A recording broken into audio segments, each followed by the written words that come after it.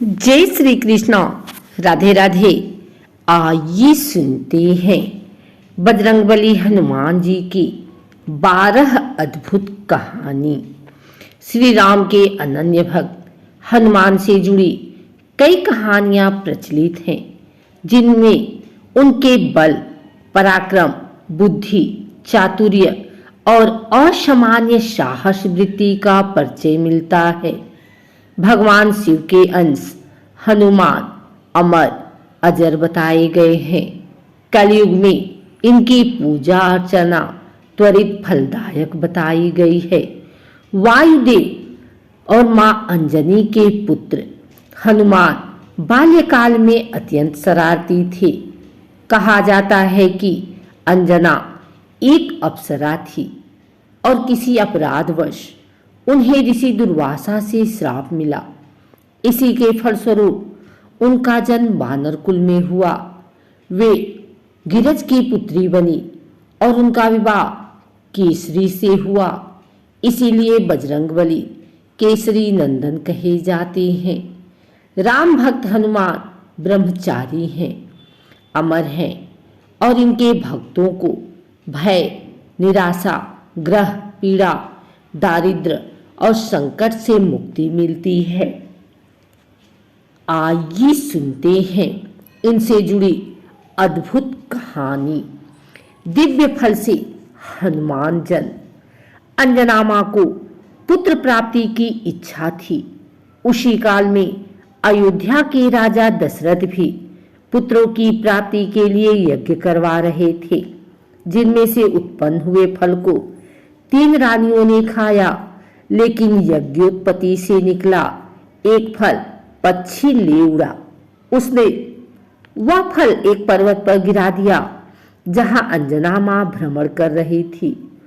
महादेव की प्रेरणा से उन्होंने उस फल को खाया, जिसे हनुमान जी का जन्म हुआ।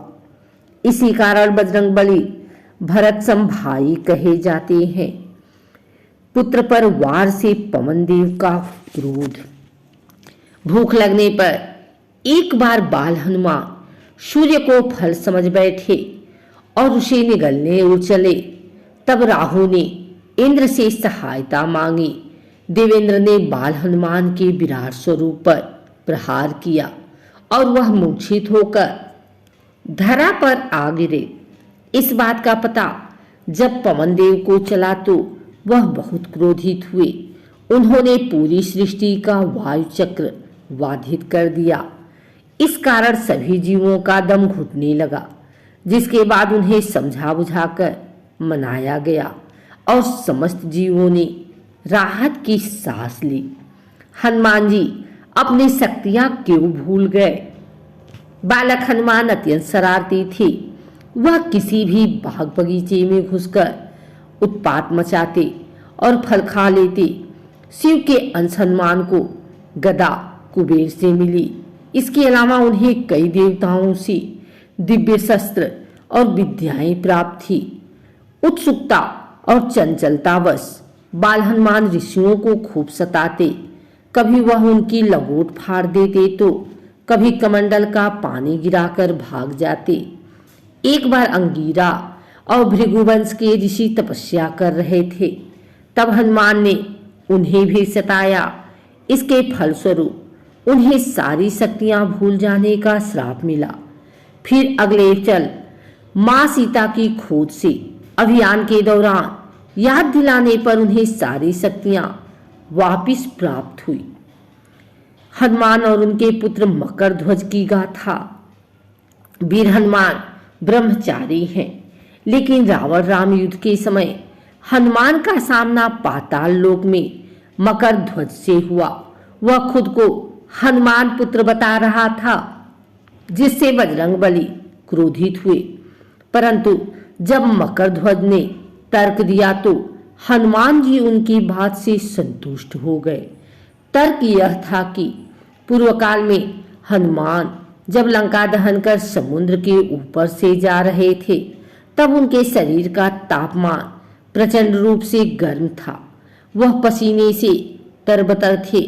उनके बदन से टपका पसीना एक मादा मगरमच्छ के मुंह में गिरा। उसी से मकर ध्वज उत्पन्न हुआ। मृत्युदंड पाने के बाद भी हनुमान को राम जी मार न सके। नारद जी ने ऋषिगण की आवभगत करने का कार्यभार हनुमान जी को सौंपा, लेकिन इस सब में से राम के गुरु विश्वामित्र का सत्कार न करने को कहा। हनुमान जी इस रहस्य को समझ नहीं पाए, लेकिन उन्होंने नारद जी की आज्ञा का पूर्णतः पालन किया, जिसके फलस्वरूप विश्वामित्र क्रोधित हुए और राम को हनुमान को मृत्युदंड देने को कहा। गुरु की आज्ञा से विवश राम अपने प्रिय हनुमान पर प्रहार करना शुरू करते हैं, लेकिन नारद जी ने कहा था कि हनुमान, आप चिंता मुक्त होकर राम नाम का जप करें, कुछ नहीं होगा। हनुमान जी ने इस आज्ञा का भी पालन किया। तब राम के ब्रह्मास्त्र समेत सारे अस्त्र शस्त्र विफल हो गए। यह सब देखकर गुरु विश्वामित्र ने राम से इस घटना का विस्तारण जाना और अंत में हनुमान जी पर से उनका क्रोध समाप्त हो गया और उन्होंने अपना आदेश वापस ले लिया। गदाधारी भीम का घमंड भी उतार दिया। श्री कृष्ण की कृपा छाया में पांचों पांडव धर्म युद्ध लड़ने वाले थे, लेकिन उसके पहले उन्हें कौरवों ने खूब सताया। लाछागृह, वनवास और जुआ कपट इसी के हिस्से थे। वनवास के दौरान भीम से भाइयों से रूठकर घने जंगल की ओर भ्रमण करने निकल गए, जहां रास्ते में एक वृद्ध बानर अपनी मूछ पसारे बैठा था। क्रोध में आग बबूले भीम ने पूंछ उठाने को कहा। तब निर्बल बानर थकान और अपनी असमर्थता का हवाला देकर भीम को ही यह कार्य कर देने को कहा। भीम ने खूब हाथ पैर मारे, लेकिन बानर की पूंछ टस से मस नहीं हुई। अंत में भीम को यह आभास हुआ कि वह कोई दिव्यात्मा है। भीम ने दर्शन देने को कहा। तब हनुमान जी ने अपना असली रूप दिखाया और पांडव पक्ष को विजय का आशीर्वाद भी दिया। अर्जुन का अहंकार भी हनुमान जी ने तोड़ दिया। अर्जुन एक बार रामेश्वरम पहुंचे, जहां एक बानर श्री राम की भक्ति में लीन था। अपनी धनुर्विद्या के अहंकार में मग्न पार्थ ने वार चलाया। तब हनुमान जी ने प्रकट होकर इस कृत्य का कारण पूछा, तो अर्जुन बोले कि श्री राम तो धनुर्धर थे, उन्हें पत्थरों के फूल की आवश्यकता क्या पड़ी, बाणों का ही पुल बना देते, पूरी सेना त्वरित गति से लंका जा पहुंचती।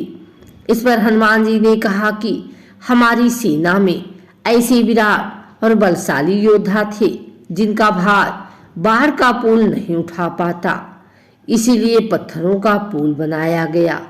इस बात पर अर्जुन ने दिव्य बाण चलाकर विशाल पुल का निर्माण कर दिया और बानर रूप में छिपे हनुमान जी को चुनौती दे दी। तब हनुमान जी उस पर चढ़े और बाणों का पुल भरभरा कर पानी में डूब गया। अंत में अर्जुन का अहंकार टूटा और हनुमान जी ने उसे भी दर्शन दिया। हनुमान ने शनिदेव को रावण के चंगुल से मुक्त कराया। रावण अति बलशाली योद्धा था, उसने सभी ग्रहों को बंदी बना लिया था। समस्त देवता भी उनके आगे हाथ बांधे खड़े रहते थे। लंका में जब हनुमान जी गए तो खलबली मचा दी थी। वहीं उन्होंने रावण के कारागार में शनिदेव बंदी अवस्था में मिले। तब बजरंगबली ने अपने पराक्रम से उन्हें मुक्त करा लिया। इसी के फलस्वरूप उन्होंने हनुमान जी को आशीर्वाद दिया कि जो भी व्यक्ति सच्चे भाव से बजरंगबली की भक्ति करता है वह शनिदेव के प्रकोप नहीं पाएंगे, उसका अनिष्ट भी नहीं करेंगे। 6 महीने बाद हनुमान जीवित हुए। हनुमान जी अमर हैं, लेकिन उनकी भी मृत्यु हुई थी। राक्षस सहस्त्रा को मारने के लिए एक बार भगवान राम निकले। बहुत समय हुआ तो माँ सीता की आज्ञा पर हनुमान उन्हें खोजते हुए लंका आए, जहाँ एक जादुई सरोवर था। ग्राम देवी के प्रभाव से वह विषैला था। जो भी व्यक्ति लंका में शत्रुता की भावना से आता, उसके गले में ग्राम देवी बैठ जाती और प्यासा जीव सरोवर से जल पीता तब मारा जाता। हनुमान जी ने भी वही किया और जहर के प्रभाव मृत्यु को प्राप्त हुए। तब पवन देव ने क्रोध में आकर अपनी गति रोक दी। इस पर ब्रह्मांड में हाहाकार मच गया। अंत में देवताओं ने हनुमान जी को जीवित करने का वचन दिया। तब पवन देव शांत हुए। हनुमान जी के प्रकोप से कर्ण मरते मरते बचा। अर्जुन और कर्ण में भयंकर युद्ध चल रहा था। कर्ण के कुछ बार श्री कृष्ण को भी लगे, जिससे उनका कवच टूट गया। यह सब देख हनुमान जी ने प्रचंड गर्जना की। उनके आग्नेय नेत्र कर्ण को ऐसे घूर रहे थे जैसे अभी उसे भस्म कर देंगे। हनुमान जी की मुट्ठियां कस चुकी थी। उनकी पूंछ काल बनकर हवा में लहराने लगी। यह सब देखकर कर्ण और उनके साथी थर थर कांपने लगे। अंततः श्री कृष्ण ने हनुमान को शांत कराया और कर्ण की जान बचाई। हनुमान जी ने रुद्र मंत्र से बांधे यमराज की बेड़ियां तोड़ दी।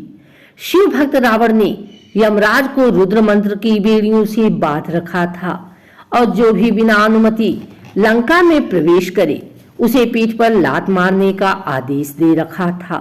हनुमान जी के लंका में जाते ही यमराज ने उन्हें भी पीठ पर जोर की लात मारी और घमंड से कहा कि मुझे रुद्र मंत्र से बांधा गया है, इसीलिए मैं विवश हूँ। इसके अलावा मुझे कोई रोक नहीं सकता।